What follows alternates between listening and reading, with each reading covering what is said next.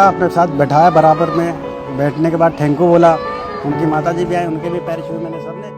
জীবনদাতা auto চালককে জড়িয়ে ধরে টাকা দিলেন সাইফ আলী খান। জানেন অঙ্কটা কত? নাম তার ভজন সিং রানা।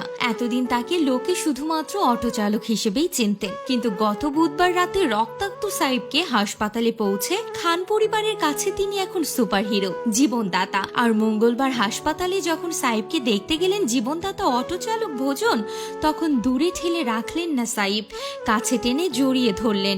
শুধুই কি তাই, আড্ডা দিলেন বেশ কিছুক্ষণ।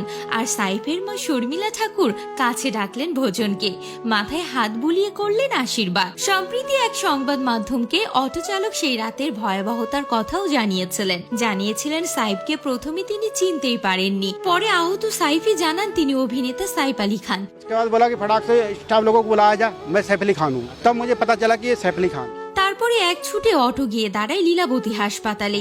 চিকিৎসকরা তখনই জানিয়েছিলেন সাইফকে দ্রুত আনার কারণে চিকিৎসায় সাহায্য হয়েছে। প্রথমে শোনা গিয়েছিল সেদিন রাতের জন্য অটো চালককে নাকি কোনো অটো ভাড়াই দেননি সাইফ। তবে পরে অটো চালক নিজে জানিয়েছিলেন সাইফের পরিবারের থেকে 11,000 টাকা পেয়েছেন তিনি। সাইফের স্বাস্থ্য নিয়ে স্বাভাবিকভাবেই দুশ্চিন্তায় ছিলেন খান পরিবার সহ অনুরাগীরা।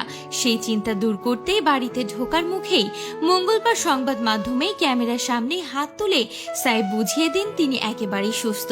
সাদা শার্ট, ডেনিম জিন্স, চোখে রোদ চশমায় সাইফকে দেখা গেল একেবারে নবাবী মেজাজে। ছোটে নবাবকে দেখে একেবারে বোঝাই যাচ্ছিল না যে ঠিক 5 দিন আগে তার উপর দিয়ে এমন ঝড় বয়ে গিয়েছে। সূত্রের খবর, সাইফের উপর চিকিৎসকরা কড়া নজর রাখছেন।